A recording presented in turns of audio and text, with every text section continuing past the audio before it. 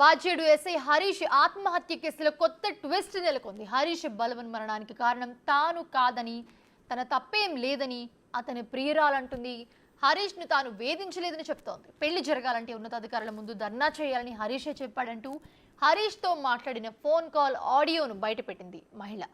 పెళ్లి కోసం ఇరు కుటుంబాల పెద్దల్ని కాళ్ళ వేళ్ల పడి మరి ఒప్పిద్దామని హరీష్ అన్నట్లుగా అందులో ఉంది.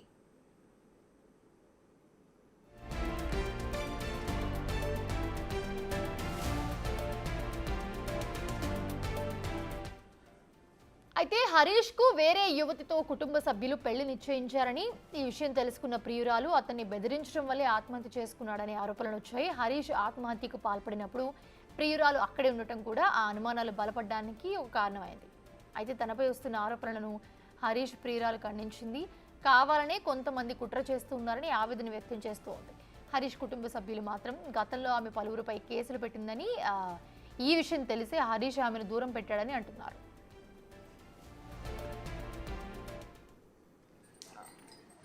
మన ఇద్దరు పెళ్లి కావాలంటే రెండు ఆ రెండిట్లో ఏదో ఒక మార్గం చూసి చేసుకోవాలి. ఇప్పుడు చచ్చిపోవన్నావు కదా, నా ఇష్టం అన్నావు కదా, అదే చూసి చేస్తాను. రెండు విషయాలు, రెండిట్లో ఏ ఆప్షన్ చూస్ చేసుకున్నా ఖచ్చితంగా మన ఇద్దరు పెళ్లి అవుతుంది. ఏంటిది చెప్పినా కదా, ఏం చెప్పినావు? ఇప్పుడు నాకు వీడియో కావాలి, నన్ను మోసం చేసినందుకు ఇంత పెళ్లి కావాలనేసి కూర్చున్నావు అంటే అవుతుంది. ఏడ కూర్చోవాలి నేను? మా ఆఫీసర్ దగ్గర కూర్చో, ఇక్కడ నా స్టేషన్ దగ్గర వచ్చి కూర్చో, మా ఇంటి దగ్గర నన్ను కూర్చో. రెండు, ఇష్టంతో చేసుకోవాలనుకుంటే మీ ఇంట్లోకి వెళ్ళి ఒప్పించి వాళ్ళని తీసుకుని వచ్చి మా ఇంట్లో మాట్లాడిస్తే నేను కూడా మా ఇంట్లో చేస్తే అప్పుడు ట్రై చేస్తాను ఒప్పించడానికి. సపోజ్ మా ఇంట్లో వాళ్ళు వచ్చిర్రు, మీ పేరెంట్స్ ఒప్పుకోలేదు, అప్పుడు నువ్వేం చేస్తావు? ఒప్పించడానికి ట్రై చేయాలి. ఉన్నది ఎందుకు ఇద్దరు? అరే అట్లా కాదు కదా, నా ఫ్యామిలీ నేను ఒప్పించుకుంటా, నీ ఫ్యామిలీ ఒప్పించుకో. మరి కాల్లో ఏళ్ళ పట్టుకొని ఒప్పించుకోవాలి. మా వాళ్ళు పట్టాలా? నువ్వు నేను దానికి రెడీ. మరి నువ్వు రెడీయా? మా వాళ్ళు అయితే పట్టరు.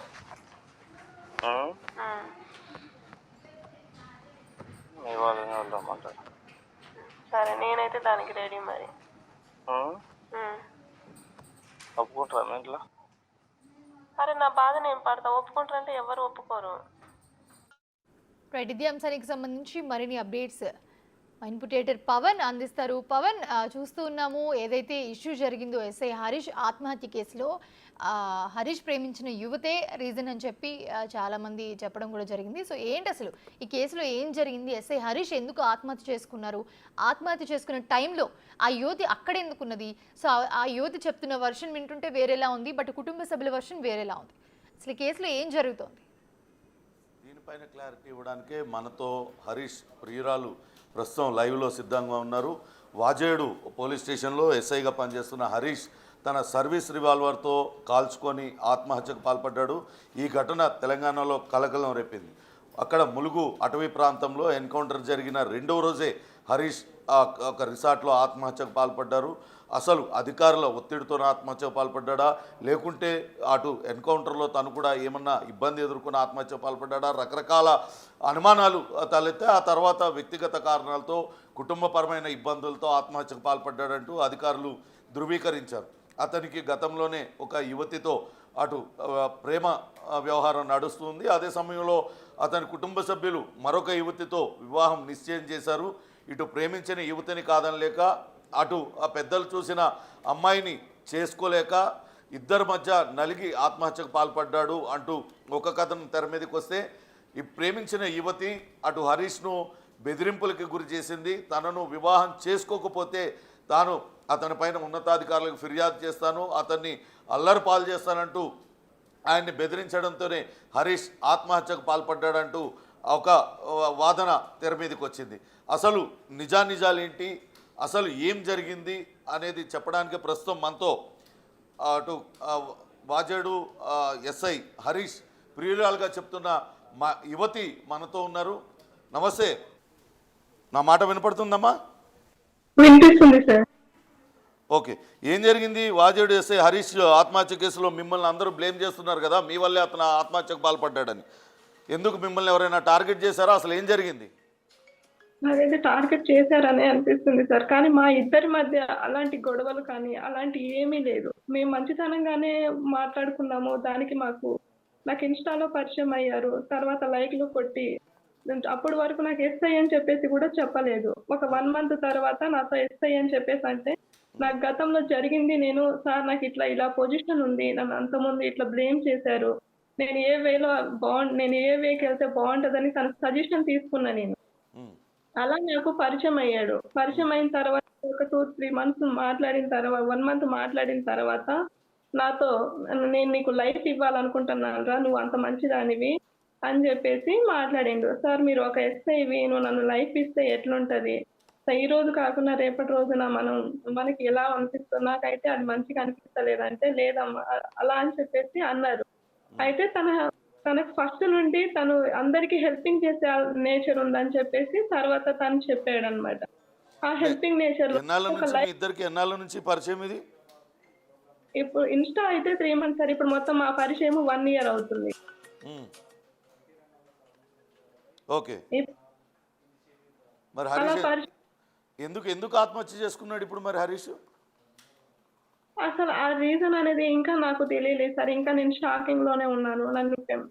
తనకు మ్యారేజ్ నాతో అప్పుడు 7 మంత్స్ నుండి చాలా క్లోజ్ గా ఉండేది. నాకు ఒక లైఫ్ ఇవ్వాలనుకున్న పర్సన్ నాకు ఒక లైఫ్ ఇవ్వాలని చెప్పేసి రమ్మని చెప్పేసి అన్నాడు. దానికి నేను కూడా యాక్సెప్ట్ చేశాను. మా ఇద్దరి మధ్య అప్పటి వరకు కూడా సరే అని తనకు వేరే సంబంధం ఫిక్స్ చేస్తున్నారు అని చెప్పేసి మనం ఇద్దరం చేసుకుందాం రమ్మని చెప్పేసి పిలిచాడు. పిలిచిన తర్వాత సరే మన పేరెంట్స్ ని ఒప్పించుకొని పెళ్లి చేసుకోవాలని చెప్పేసి నేను అన్నాను. కానీ తనే నాకు వీడియో పంపించి మన మ్యారేజ్ ఇట్లయితే పేరెంట్స్ ఒప్పుకోవట్లేదు. మనం పోలీస్ స్టేషన్ దగ్గరకైనా వచ్చి వీడియో చెయ్యి, లేకపోతే సుపీరియర్ ఆఫీసర్ దగ్గరకైనా వెళ్దాము అని చెప్పేసి తనే నాతో చెప్పాడు. అప్పుడు నేను తనకి ఏం చెప్పానంటే అంటే ఉన్నతాధికారులకి తన మీద హరీష్ మీద ఫిర్యాదు చేయమని హరీషే చెప్పాడా మీకు? ఫిర్యాదు అని చెప్పేసి మేము మాట్లాడుకోలేదు సార్. ఇలా చెప్తే మా పేరెంట్స్ అక్కడ నుండి పిలిపిస్తారు, మనం వెళ్ళి అక్కడ చేసుకోవచ్చు అని తను నాకు సజెషన్ చెప్పారు. ఉమ్. దానికి నేను అక్కడి అంటే వరకు ఇంట్లో వాళ్ళ మీద ప్రెషర్ తీసుకురావడానికి మీరు వెళ్ళి ఉన్నతాధికారులకు చెప్పండి హరీష్ నేను ప్రేమించుకున్నాం అప్పుడు కుటుంబ సభ్యులు ఒప్పుకుంటారని మీకు చెప్పాడు హరీష్. చెప్పారు. దానికి నేను యాక్సెప్ట్ చేయలేదు. ఈ రోజు మనం ఇలా అని చెప్పేసి పెళ్లి చేసుకున్నా కానీ రేపటి రోజున నీకు సుపీరియర్ ఆఫీసర్లు నేను ఎలాగో చూస్తారు, నాకు అది ఇష్టం లేదని చెప్పేసి నేను గతం 20 డేస్ నుండి నేను అదే వేలో తనకు చెప్తున్నాను అనమాట. నేను అట్లా వెళ్ళను, నీకు ఇష్టమైతేనే లేకుంటే నీ లైఫ్ నీది, నా లైఫ్ నాది అని చెప్పేసి నేను మాట్లాడాను. అది కూడా తనతో అంత క్లారిటీ ఇచ్చాను. వాళ్ళ బ్రదర్ మేము ఇద్దరం రీసార్ట్ లో ఉన్నప్పుడు వాళ్ళ బ్రదర్ వచ్చారు. వాళ్ళ బ్రదర్ కి కూడా నేను ఇదే మాట చెప్పాను, తను పెళ్లి చేసుకొని తను హ్యాపీగా ఉన్నా పర్లేదు, మేమిద్దరం చేసుకోవడానికైతే నేను యాక్సెప్ట్ చేయట్లేదు, పేరెంట్స్ ఒప్పుకుంటేనే పెళ్లి చేసుకుంటా అని చెప్పేసి కూడా నేను వాళ్ళ బ్రదర్ తో కూడా చెప్పాను. అంటే వాళ్ళు ఏమన్నారు? మీతో ఒప్పుకోలేదా? మీతో పెళ్లికి ఒప్పుకోలేదా? హరీష్ ఒప్పుకున్నారు. కాకపోతే నాకు 1 మంత్ టైం అవతల అమ్మాయికి మేము ఆన్సర్ చెయ్యాలరా అని చెప్పేసి బ్రదర్ చెప్పాడు. హరీష్ నాకు 1 మంత్ టైం మేము ఈ నైటే చేసుకుంటాము అని చెప్పేసి తనకు చెప్పాడు. ఈ నైట్ వరకే మేము పెళ్లి చేసుకుంటాము, తను నన్ను నమ్మి వచ్చింది, ఆ నమ్మకాన్ని తనకు గతంలో ఇలా చాలా స్ట్రగుల్ పడ్డది, అందుకని చెప్పేసి నేను ఒక జీవితాన్ని ఇవ్వాలి అనుకున్నాను, అందుకే ఇస్తున్నాను అని చెప్పేసి కూడా హరీష్ మాట్లాడిండు నాతో. అప్పుడు కూడా నన్ను నెగ్లెక్ట్ చేయలేదు తను. అప్పటి వరకు కూడా నాకు ఎలాంటి నేను చేసుకోను అన్న పదం కూడా తను యూజ్ చేయలేదు నాకు. అంటే హరీష్ సూసైడ్ చేసుకున్న రోజు మీరు కూడా అక్కడే ఉన్నారు కదా? మీ ఇద్దరికి మధ్య గొడవ అయింది, మీరిద్దరు కలిసి ఒక రిసార్ట్కి వెళ్ళారు, అక్కడ పెళ్లి విషయం మీద మీ ఇద్దరి మధ్య గొడవ అయింది. ఆ గొడవ తర్వాతే హరీష్ తాను కాల్చుకున్నాడు అనే కథనం వినపడుతుంది. మీరైతే అక్కడ ఉన్నారు కదా స్పాట్లో, ఆ తర్వాత డెడ్ బాడీ మీద పడి కూడా ఏడ్చినట్టున్నారు మీరు అక్కడ. అసలు ఏం జరిగింది అప్పుడు? సార్ డెడ్ బాడీ మీద ఏడ్చానంటే సార్ నేను జస్ట్ అప్పుడు వరకు నాకు ఎలాంటి కనీసంగా కొంచెం కూడా నాకు అవాయిడ్ చేసినట్టు తెలిస్తే తను చనిపోతున్నాడేమో అన్న ఆలోచన నాకు వచ్చేది. కానీ తనే నన్ను పెళ్లి చేసుకోవాలి అని చెప్పేసి తను నన్ను ఇలా ఫిక్స్ అయింది అని చెప్పేసి పిలిపించి తను అప్పటి వరకు కూడా నన్ను నెగ్లెక్ట్ చేయలేదు. నేను చేసుకోను అన్న మాట కూడా రాలేదు. రానప్పుడు నేను తనని అట్లా ఎందుకు చూస్తాను అనుకొని తను మనం ఇద్దరం వెళ్ళి హన్మకొండకి వెళ్ళి పెళ్లి చేసుకుందాము అని చెప్పేసి చెప్పాడు. దానికి నేను యాక్సెప్ట్ చేశాను. వాళ్ళ బ్రదర్ కూడా యాక్సెప్ట్ చేశాడు అక్కడ. అక్కడ యాక్సెప్ట్ చేస్తే మేము మార్నింగ్ డ్రైవర్‌కి ఫోన్ చేశాడు తను. నన్ను మేము హన్మకొండకెళ్ళి పెళ్లి చేసుకోవడానికి. ఉమ్, నువ్వు అక్కడ తను లాస్ట్ మొమెంట్‌లో ఏం చేశారంటే నువ్వు ముందుకెళ్ళు నేను వెనకాల నుండి వస్తా అని చెప్పేసి అన్నాడు. అప్పుడు నేనేమన్నానంటే ఈ టైం లాస్ట్‌కి పెళ్లి చేసుకునే టైంలో కూడా నన్ను ముందుకెందుకు పంపిస్తున్నావు అని చెప్పేసి నేను లోపల నుండి బయటికొచ్చేసిన. ఉమ్, బయటికొచ్చి కార్ దగ్గర నేను నిల్చున్నా. నిల్చునేసరికి ఏం చేసిందంటే అప్పటి నుండి నాకు డోర్ ఏసిన సౌండ్ వచ్చింది. ఒక 1 మినిట్, 2 మినిట్స్ టైం ఆగిన నేను. ఉమ్, ఆగిన తర్వాత డోర్ ఏసిన సౌండ్ వస్తుంది. మళ్ళీ ఇప్పుడే లోపల నుండి బయటికొస్తా అని చెప్పేసి సౌండ్ ఎందుకు వచ్చిందని చెప్పేసి నేను అప్పుడు డోర్ కొట్టిన. ఉమ్, ఆ డోర్ ఎంతసేపటికి తీయలేదు తను. అంతలోనే రీసెర్చ్ ఒక అబ్బాయి వస్తున్నాడు. తను ఒకసారి డోర్ తీయరా అని చెప్పేసి నేను అడిగిన. ఉమ్, అడిగిన తర్వాత ఆయన వచ్చి డోర్ తీసాడు. డోర్ తీసేసరికి అక్కడ శవమై ఉన్నాడు. దానికి నేను అక్కడి నుండి రావాలా? తను నన్ను అంతగా ప్రేమించిండని చెప్పేసి నేను అక్కడే ఉండాలా? నాకు ఏం అర్థం కాలేదు అసలు. నాకు కొంచెం కూడా తను నెగ్లెక్ట్ చేసినట్టు ఎక్కడా అనిపియలేదు తను. ఉమ్. డోర్ తీసాడా మరి? తను తీసాడు. అబ్బాయి వచ్చి డోర్ తీశారు. అక్కడ రీసెంట్ ఒక 3-4 మెంబర్స్ వచ్చి అందరూ ఆ బాయ్స్ అందరూ వచ్చి అక్కడ తీసేసరికి నేనున్నాను, అక్కడ వాళ్ళున్నారు. ఉమ్, నాకైతే తన ప్రేమ నన్ను ఎంత చూపించాడనేది ఈ ప్రపంచానికి నేను 5 రోజుల నుండి కుంగిపోతున్నా. ఎవరికి చెప్పుకోలేకపోతున్నా. న్యూస్ ఏమో ఇట్లా అలా అలా అని చెప్తున్నారు. కానీ అదంతా అబద్ధం సార్. తను నాకు ఒక లైఫ్ ని ఇవ్వాలని చెప్పేసి చెప్పాడు. నాకు ఇంత జరిగిందని నేను ఫస్టే తనకి చెప్పుకున్నానే తప్ప నా గురించి తనకు లాస్ట్ వరకు అలా లాస్ట్ కి తెలియనీయలేదు. ఒక ఎస్ఐ అని చెప్పేసి నేను ఏ వేలో నాకు ఇలా కేసు ఉంది. నేను గతంలో నన్ను ఇంత స్ట్రగుల్ చేసిండ్రు. నేను ఆ కేసుని ఎలా ఎలా చేయాలని చెప్పేసి ప్రొసీడ్ అయినా.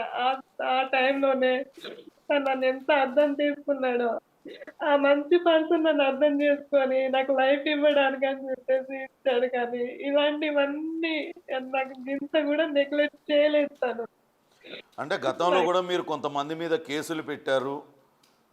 ఆ కేసుల విషయం తెలిసే హరీష్ మిమ్మల్ని దూరం పెట్టాడు. దాంతో మీరు అతని పైన ఒత్తిడి తీసుకొచ్చారనే చర్చ జరుగుతుంది.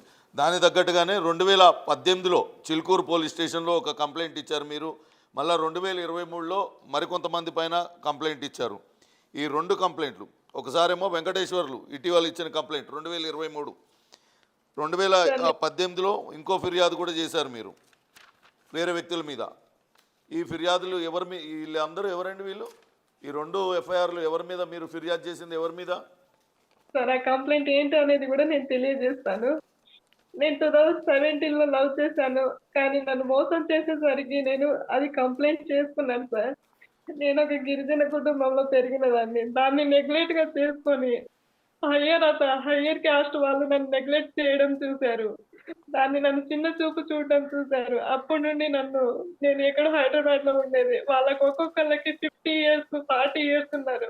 వాళ్ళతో నన్ను కంపారిజన్ చేసుకొని అప్పటి నుండి నన్ను ఇబ్బంది పెట్టడం చేశారు. నువ్వు ఇట్లా చేసావు కదా, ఇట్లా కేసు పెట్టావు కదా, నీ లైఫ్ ఏముంది, మేము డబ్బులు అంటే ఇస్తాము ఈ కేసులు మీరు పెట్టిన విషయం హరీష్కి తెలుసా? గతంలో ఇట్లా జరిగింది, మీరు ఎవరినో ప్రేమించి మోసపోయారు, వాళ్ళపైన మీరు ఫిర్యాదు చేశారు అనే విషయం హరీష్కి తెలుసా? ఈ విషయం మీద నాకు ఫస్ట్ పరిచయం అయ్యారు సార్. పరిచయం అయిన తర్వాత నేను ఎస్ఐ అని నాకు తర్వాత చెప్పుకున్నాడు. ఒక 1 మంత్ తర్వాత చెప్పుకున్నాడు. అయితే నేనన్నా, సార్ మీరు ఇలా ఎస్ఐనా, కానీ నాకు ప్రాబ్లమ్స్ ఇలా ఉన్నాయి. గతంలో నేను ఇట్లా లవ్ చేసిన, అది కేసు పెట్టాను సార్. తర్వాత ఇలా వీళ్ళందరూ వాళ్ళ హయ్యర్ క్యాస్ట్, మేము గిరిజన మంది ఇలా మేము తండాలో ఉంటాం సార్. దాన్ని నెగ్లెక్ట్ చేసుకొని నన్ను ఇట్లా చూడటం నాకు నచ్చలేదు. అలా నచ్చకపోవడంతో నన్ను ఇట్లా చేస్తున్నారని మళ్ళీ నేను కంప్లైంట్ చేశాను సార్. నాకు కులాన్ని తిట్టడం అలాంటివి చేయడంతో నేను కంప్లైంట్ చేశాను. ఆ చిలుకూరు పోలీస్ స్టేషన్‌లో ఒక ఎఫ్ఐఆర్ కోసం నేను 7 మంత్స్ తిరిగిన, కోర్టు చుట్టూ తిరిగిన. ఇవన్నీ ఇంత నెగ్లెక్ట్ ఎందుకు చేశారు? పోలీస్ డిపార్ట్మెంట్‌లో అంత దౌర్భాగ్యం ఉంటదా సార్? మీ సైడ్ అంత మంచిగా చేస్తున్నారు. మా కోదాడ పోలీస్ స్టేషన్ వాళ్ళు ఇంత నెగ్లెక్ట్ ఎందుకు చేస్తున్నారు అని చెప్పేసి తనకి చెప్పుకున్నా నేను. చెప్పుకున్న తర్వాతనే అప్పుడు నువ్వు ఇంత స్ట్రగుల్ పడ్డావా? ఇంత చేసావా? నీకు ఇంత మంచి నాలెడ్జ్ ఉందా? అని చెప్పేసి తర్వాత నుండి నాకు మంచిగా మాట్లాడి పిల్ల అమ్మాయి నువ్వు ఇంత స్ట్రగుల్ పడ్డావు, నీకు ఒక లైఫ్ ఇస్తాను, నన్ను పెళ్లి చేసుకుంటావా అని తను అడిగాడు. ఆ వాట్సాప్ చాటింగ్ కూడా మా ఫోన్ లో ఉన్నాయి సార్, ఇప్పటికీ ఉన్నాయి. ఉమ్. నా నేనంతా ఫోన్ లో మెసేజ్ లో కూడా నాకు జరిగింది అంత ఇన్సిడెంట్ అంతా నేను మెసేజ్ లో చెప్పాను తనకి. ఫోన్ కాల్స్ లో చెప్పాను, మెసేజ్ లో కూడా హరీష్ ఆత్మహత్య చేసుకున్న రోజు అతను కాల్చుకొని సూసైడ్ చేసుకున్న తర్వాత అసలు ఏం జరిగింది అక్కడ? అక్కడ కాల్చుకొని సూసైడ్ చేసుకున్న తర్వాత పోలీస్ స్టేషన్ వాళ్ళు ఎస్ఐలు సిఐలు అందరు కలిసి నన్ను ఒక వేరే పోలీస్ స్టేషన్ కి పంపించారు సార్. నన్ను కనీసంగా మీడియా ముందు కూడా రానియలేదు. కనీసంగా నన్ను చెప్పుకునే అవకాశం కూడా నాకు ఎవ్వరు ఇవ్వలేదు. మా ఇద్దరి మధ్య ఇలా జరిగింది. మా ఫొటోస్ కూడా ఉన్నాయి సార్, మీకు ఒకసారి ఫొటోస్ పంపిస్తాను. ఉన్నాయి. హరీష్ తల్లిదండ్రులు మీతో మాట్లాడారా ఎప్పుడైనా? నాతో ఎప్పుడు మాట్లాడలేదు సార్ వాళ్ళు. ఉమ్. మీరు ఎప్పుడైనా పోనీ వాళ్ళతో మాట్లాడడానికి ప్రయత్నించారా? వాళ్ళ ఫ్యామిలీ మీ ఇద్దరి ప్రేమ వ్యవహారం హరీష్ ఇంట్లో తల్లిదండ్రులకి తెలుసా? అది చెప్పానని అయితే నాతో చెప్పాడు సార్. మా ఇంట్లో కూడా చెప్పమని చెప్పాడు. నేను మా ఇంట్లో కూడా చెప్పుకున్నాను. మా ఇంట్లో చెప్పుకునేసరికి మా పేరెంట్స్ అదర్ క్యాస్ట్ అని చెప్పేసి ఆలోచించారు.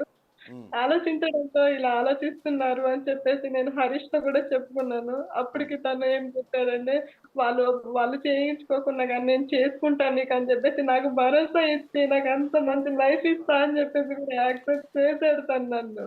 మీ మీద మెయిన్గా వాళ్ళు చేస్తున్న ఎలిగేషన్ ఏంటంటే, అంత ముందు కూడా మీరు కొంతమందిని ట్రాప్ చేశారు, ఇలానే పెళ్లి పేరుతో ప్రేమ పేరుతో చేసి వాళ్ళపైన కేసులు పెట్టారు, కేసులు పెట్టి డబ్బులు గుంజారు.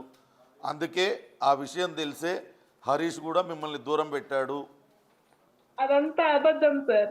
హరీష్ అలాంటి మనిషి కాదు. ఆ రోజు రిసార్ట్కి వెళ్ళింది కూడా పెళ్లి విషయంలో తేల్చుకోవడానికి, నేను వేరే అమ్మాయిని పెళ్లి చేసుకుంటున్నా, నీతో ఇకపై సంబంధం లేదు అని మీకు చెప్పడానికే హరీష్ తీసుకెళ్ళాడనే ప్రచారం జరుగుతుంది. అసలు ప్రచారం అంతా అబద్ధం సార్. హరీష్ చాలా మంచోడు. అంత తెలిసిన తర్వాత కూడా నన్ను యాక్సెప్ట్ చేసిండంటే ఇంక జీవితంలో నేను అలాంటి పర్సన్ ని నేను మిస్ అయ్యానని, నా జీవితమే కోల్పోయానని మిస్ అవుతున్నా. అనవసరంగా ప్రకారాలు చేస్తున్నారు. తనకి నాకు ఎంత ప్రేమ ఉందనేది నాకు కనీసంగా నా ఫోన్ ఇస్తే నేను తెలియజేస్తాను అందరికి. నేను అన్ని చెప్పుకున్న తర్వాతనే నన్ను యాక్సెప్ట్. ఘటన జరిగిన తర్వాత హరీష్ సూసైడ్ తర్వాత వాళ్ళ పేరెంట్స్ ఏమన్నా మీతో మాట్లాడారా? వాళ్ళ పేరెంట్స్ కూడా నన్ను ఏమనలేదు సార్. ఇప్పటి వరకు నేను బయటికి రాకపోవడానికి రీజన్ కూడా అదే. కన్న తల్లిదండ్రులు అటు ఏడుస్తున్నారు. నా జీవితాన్ని నాకు ఒక మంచి వ్యక్తి లైఫ్ ఇస్తా, ఇంత తెలిసిన తర్వాత కూడా నాకు లైఫ్ ఇస్తా అని చెప్పేసి చెప్పిన పర్సన్ వెళ్ళిపోయాడు. నేను ఎవరికి ఏం చెప్తే ఏమవుతుంది అని చెప్పేసి నేను ఇంతవరకు నేను కుమిలిపోయి ఉన్నాను. కానీ ప్రచారం మాత్రం ఇట్లా చేస్తున్నారు. నేను ఎంత డబ్బులు తీసుకున్నాను, ఎంత ఎవరికో ఏదో చేశానని అంటున్నారు. నేను ఒక్కటే చెప్తున్నాను సార్ ప్రజలందరికీ మీ మీడియా ద్వారా, నా ఆధార్ కార్డు ఇస్తాను, నాకున్న బ్యాంక్ అకౌంట్ ఇస్తాను. అవన్నీ చెక్ చేసుకొని నేను ఎవరి దగ్గరైనా ఒక రూపాయి తిన్నట్టు గాని, నాకు ఒక రూపాయి ఇచ్చినట్టు గాని ఉంటే, నాకు హరీష్ విషయంలో హరీష్‌ని నేను మోసం చేశానని చెప్పేసి దాన్ని నిర్ధారిస్తే, నన్ను ఉరి చేసినా గానీ నేను దానికి యాక్సెప్ట్ చేస్తాను. కానీ దయచేసి మీడియా తరపున గానీ ఎవరున్నా కానీ నా మీద కుట్ర పెంచుకొని ఇదంతా చేస్తున్నారు ప్రజలకి వేరేలా ఎవరు చేస్తున్నారమ్మా ఇదంతా? ఎవరు చేస్తున్నారని మీకు అనుమానం? ఇదంతా నాకు ఇక్కడ మా చిలుకూరు నుండే చేస్తున్నారు అని నాకు అనుమానంగా ఉంది సార్ ప్రతిదీ. ఎందుకంటే గతంలో నేను ఎవరికి లొంగలేదు. నేను లొంగకపోవడంతో అందరికీ ఎదిరించిన నేను ఇలాంటి దానికి యాక్సెప్ట్ చేయనని ఎదిరించినందుకు ఆ రోజు నేను కేసు పెట్టినందుకు దీన్ని కుట్రగా చేసుకొని ఇదంతా చేస్తున్నారు. ఇంతవరకు వాళ్ళ పేరెంట్స్ కూడా నన్ను ఏమనలేదు. కన్నందుకు వాళ్ళు ఏడుస్తున్నారు. లైఫ్ ని ఇట్లా అంత మంచి పర్సన్ ని కోల్పోయానని నేను ఏడుస్తున్నాను. మధ్యలో జరిగేదంతా కుట్ర.